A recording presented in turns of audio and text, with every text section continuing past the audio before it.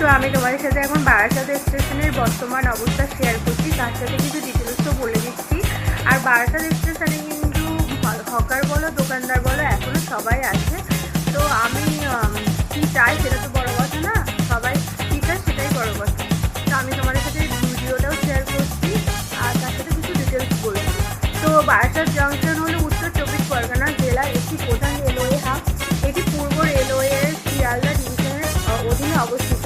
স্টেশনটির মোট 6টি প্ল্যাটফর্ম রয়েছে। এটি শিয়ালদা, বনগাঁ, বারাসাত, হাসনাবাদ ঢাকায় যাতায়াতকারী লক্ষাধিক যাত্রীর জন্য অত্যন্ত গুরুত্বপূর্ণ। তো আমরা প্রত্যেকদিন দেখে থাকি প্রচুর ভিড় হয়ে থাকে।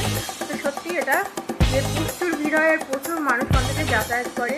তো স্টেশনের অবস্থান হচ্ছে স্টেশন রোড বারাসাতে অবস্থান করছে আর কলকাতা 7034। আর প্ল্যাটফর্ম সংখ্যা আছে 6টা।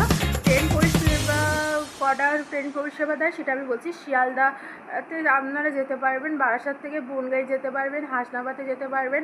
মাঝেরহাটগামী লোকালও যেয়ে থাকে, মানে ওখান থেকে ট্রেন চলাচল করে।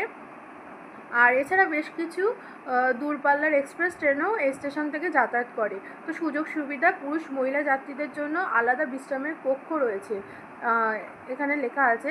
তো স্টেশনের হেল্পলাইন নাম্বারও দেওয়া আছে।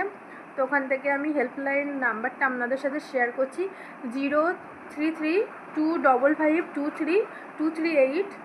তো এই হচ্ছে মানে বারাসাত স্টেশনের মানে কিছু ডিটেলস দেওয়া আছে। আর এছাড়া বারাসাত স্টেশনে এখন কিন্তু সব দোকানপাট সব কিছুই আছে। তো অনেকে বলছে হকার উচ্ছেদ হবে কি না, হচ্ছে কি না। তো বারাসাত স্টেশনে হয়তো হকার উচ্ছেদ হবে কি না বলতে পারবো না, কিন্তু আমি যা দেখলাম দোকানপাট আছে। আর ওখানে একটা লেখা আছে যে পুনর্বাসন না করে হকার উচ্ছেদ করা যাবে না। তো দেখা যাক কী হয়, সেটা তো সবই সরকারের ওপর আর সবই মানুষের ওপর। তো চলো এই ভিডিওটা তোমরা দেখতে থাকো আর আমার চ্যানেলটাকে সাবস্ক্রাইব করো আর আমার ভিডিওটিকে লাইক কমেন্ট করো। আর